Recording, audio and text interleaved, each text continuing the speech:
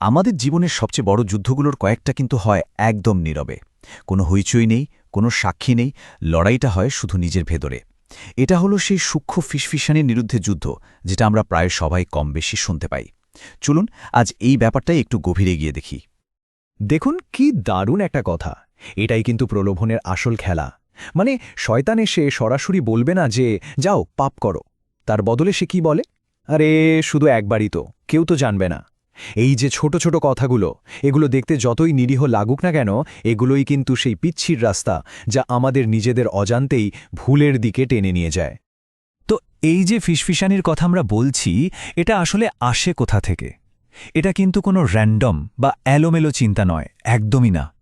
উৎসগুলো যদি দেখি তাহলে পরিষ্কার বোঝা যায় এই ফিসফিসানির উৎস হল একজন ঘোষিত শত্রু, মানে একজন ওপেন এনিমি। কোরআনের এই আয়াতটা দেখুন, কতটা পরিষ্কার তাই না? এখানে কিন্তু কোনো রকম রাগঢাক নেই, একদম সরাসরি বলে দেওয়া হচ্ছে শয়তান আমাদের শত্রু, আর তাই আমাদেরও তাকে শত্রু হিসেবেই দেখতে হবে। মানে এই লড়াইটা যে হবে এটা নিশ্চিত, আর এর জন্য প্রথম কাজই হল শত্রুকে চেনা। আচ্ছা, শত্রু তো চিনলাম, কিন্তু এই শত্রু কাজ করে কিভাবে? তার অস্ত্রগুলোই বাকি। সে কি সামনে থেকে এসে হামলা করে, নাকি পেছন থেকে আড়াল থেকে কাজ করে?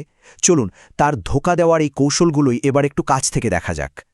আর এটাই হচ্ছে তার সবচেয়ে ভয়ঙ্কর কৌশল। আক্রমণটা কিন্তু হঠাৎ করে হয় না, বরং এটা হলো একটা স্লো প্রসেস। মানে আপনাকে ধীরে ধীরে পাপের দিকে টানবে। ব্যাপারটা এতটাই সূক্ষ্ম যে আমরা অনেক সময় টেরই পাই না যে কখন আমাদের ভেতরের শক্তিটা দুর্বল হয়ে গেছে। এই প্রক্রিয়াটাকে আমরা ৩টে ধাপে ভাগ করতে পারি।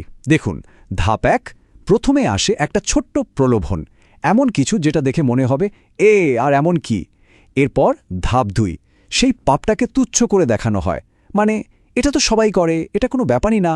আর ফাইনালি ধাপ ৩, যখন এই ছোট ছোট পাপগুলো জমতে থাকে, তখন আমাদের ভেতরের বিশ্বাস, আমাদের ইমানটাই দুর্বল হয়ে পড়ে। এই আয়াতটা কিন্তু তার দুটো প্রধান অস্ত্রকে একদম খোলাসা করে দিচ্ছে। একদিকে সে কি করে?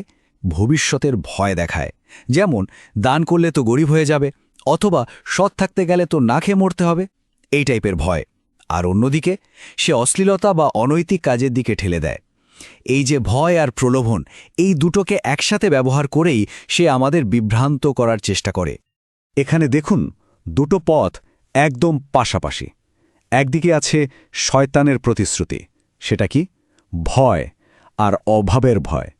আর ঠিক তার উল্টো দিকে আছে আল্লাহর প্রতিশ্রুতি, ক্ষমা আর তার অসীম অনুগ্রহ। সিদ্ধান্তটা কিন্তু আমাদেরই নিতে হবে। আমরা কি ভয়ের পথটা বেছে নেব, নাকি আল্লাহর অনুগ্রহের উপর ভরসা রাখব? তাহলে সবচেয়ে বড় প্রশ্নটা হলো, এই যে ধোঁকার জাল, এই যে ফিসফিসানি, এখান থেকে বাঁচার উপায়টা কি? আমাদের হাতে কি এমন কোনো প্রতিরক্ষা ব্যবস্থা আছে যা দিয়ে এই আক্রমণ ঠেকানো যায়? হ্যাঁ, উপায় অবশ্যই আছে। আর সেই উপায়টা হলো ইমানের একটা শক্তিশালী ঢাল। এই ঢালটার নামই হলো জিকির। এটা একটা দুর্ভেদ্য প্রতিরক্ষা ব্যবস্থার মতো কাজ করে। তো জিকির মানে আসলে কি? খুব সহজ করে বললে জিকির মানে হলো আল্লাহকে স্মরণ করা। কিন্তু এটা কিন্তু শুধু মুখে কয়েকটা শব্দ বলা না। জিকির হলো একটা কনস্ট্যান্ট অ্যাওয়ারনেস, মানে আল্লাহ যে সবসময় আমাদের সাথে আছেন এই ব্যাপারে সচেতন থাকা, মনে এবং অন্তরে তাকে সবসময় স্মরণে রাখা। এই কথাটা কিন্তু আজকের আলোচনার একেবারে সারমর্ম। আল্লাহর স্মরণ অর্থাৎ জিকিরই হলো সেই ঢাল যা শয়তানের ফিসফিসানিকে আমাদের মনে ঢোকার আগেই আটকে দেয়। ব্যাপারটা সিম্পল, যখন আমাদের মন আল্লাহর স্মরণে ব্যস্ত থাকে তখন সেখানে অন্য কোনো খারাপ চিন্তার জন্য জায়গাই থাকে না। তাহলে চলুন আজকের আলোচনা থেকে মূল বিষয়গুলো একবার ঝালিয়ে নিই। প্রথমত, শয়তান একজন ঘোষিত শত্রু, এটা আমাদের সবসময় মনে রাখতে হবে। দ্বিতীয়ত, তার প্রধান অস্ত্র কিন্তু সরাসরি আক্রমণ না, বরং সূক্ষ্ম ফিসফিসানি। তৃতীয়ত, সে ভয় আর অনৈতিকতার লোভ দেখিয়ে কাজ করে। এবং সবচেয়ে গুরুত্বপূর্ণ হল, এর বিরুদ্ধে আমাদের সবচেয়ে শক্তিশালী ঢাল হল আল্লাহর অবিরাম স্মরণ, মানে জিকির। তো শেষ করার আগে একটা প্রশ্ন সবার জন্য রেখে যায়।